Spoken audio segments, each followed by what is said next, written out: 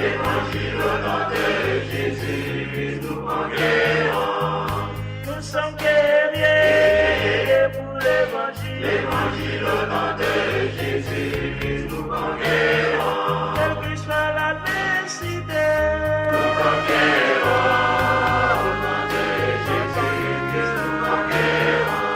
quelles que soient les épreuves, Nous conquérons.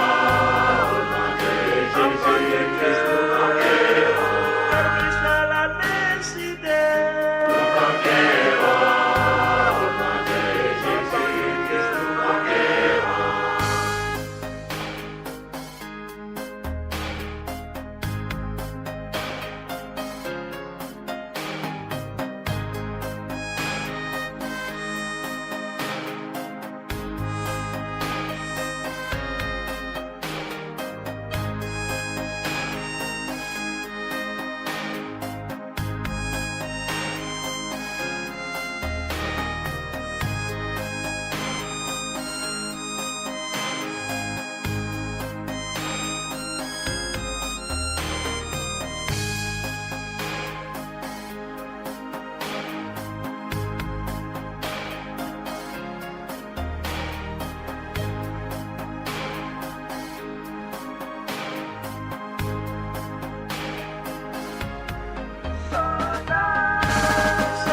soldats pour l'évangile. Évangile au nom de Jésus, nous conquérons. Nous sommes guerriers pour l'évangile. Évangile au nom de Jésus, nous conquérons. Nous sommes vaillants pour l'évangile. Évangile au nom de Jésus, nous conquérons. Nous sommes soldats.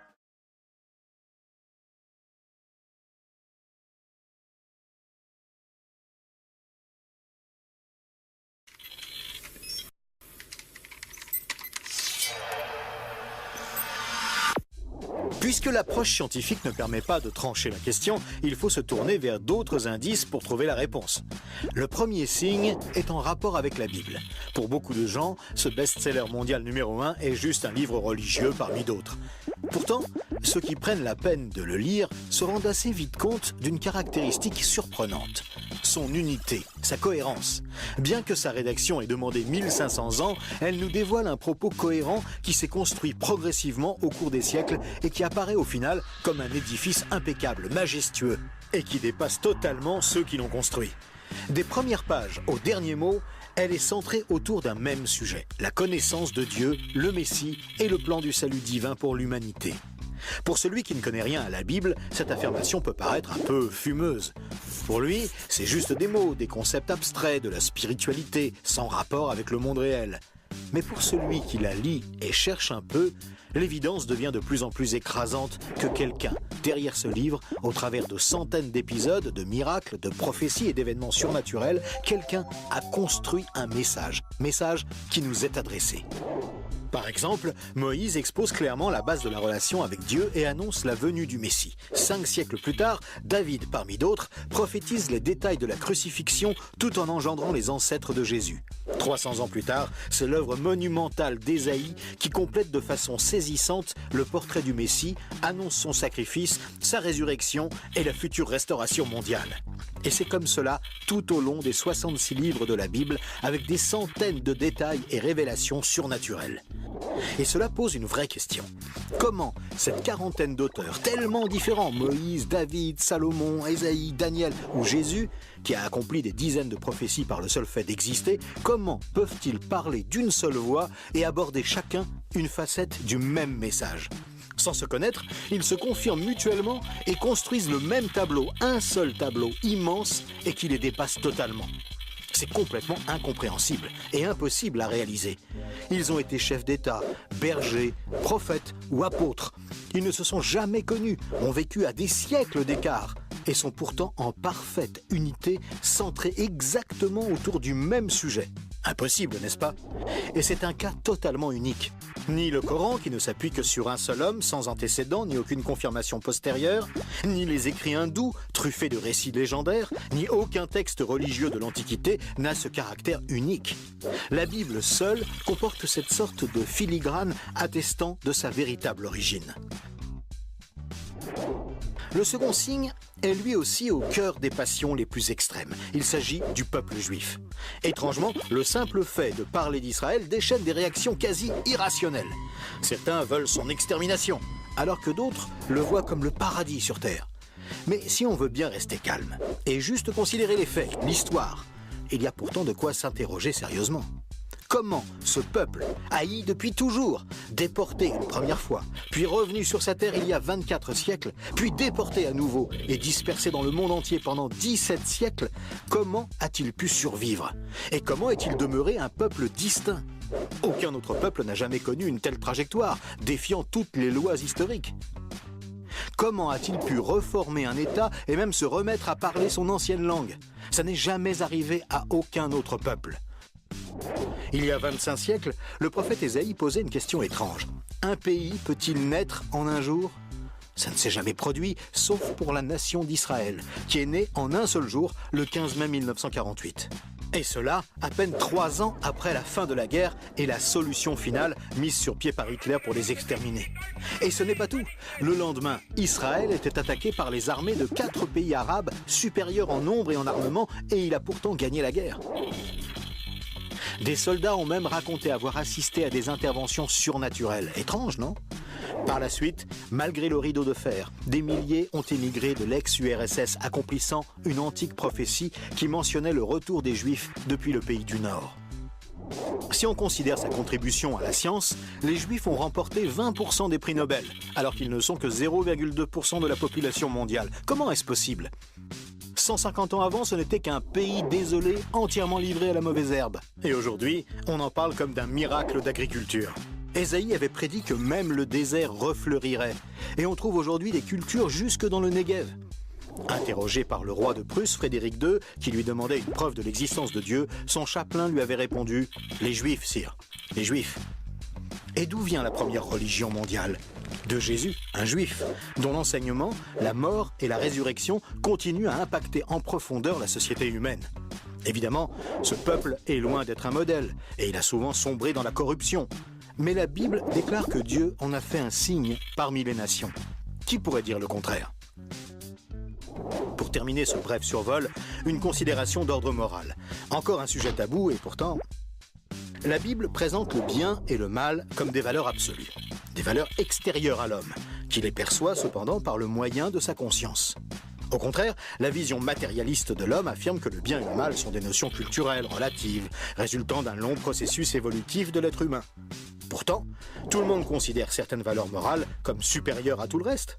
Par exemple, violer une petite fille, massacrer des bébés, commettre un génocide ou laisser quelqu'un mourir de faim sont considérés comme cruels et inacceptables. Même si certains tortionnaires ont affirmé qu'ils n'y voyaient rien d'immoral, nous pensons qu'ils n'avaient pas le droit de faire ça. Mais pourquoi le pensons-nous? Pourquoi pensons-nous que certains préceptes moraux sont supérieurs? D'où vient ce sentiment qu'il existe, en dehors de nous, des normes morales supérieures, des normes indépendantes de nous, puisque nous nous sentons nous-mêmes jugés par ces exigences morales? Étrange, non? Nous avons parfaitement conscience d'être imparfaits. Nous pensons que l'humanité est détraquée, mais par rapport à quoi? Ce sentiment de culpabilité contredit d'ailleurs la théorie de l'évolution et son hypothétique lutte pour la survie. Et pourquoi l'homme aspire-t-il au merveilleux, au paradis, quelle que soit sa culture? D'où vient ce sentiment intérieur qui fait exactement écho au récit biblique? Cette conscience, issue de nulle part et en parfait accord avec la Bible, constitue encore un autre signe tangible, bien difficile à nier.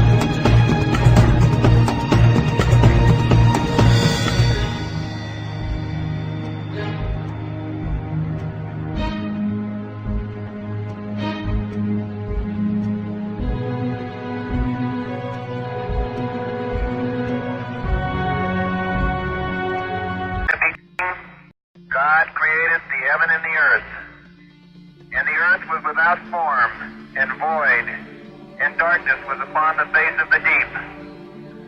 And God said, "Let there be light." And there was light. And God saw the light, that it was good.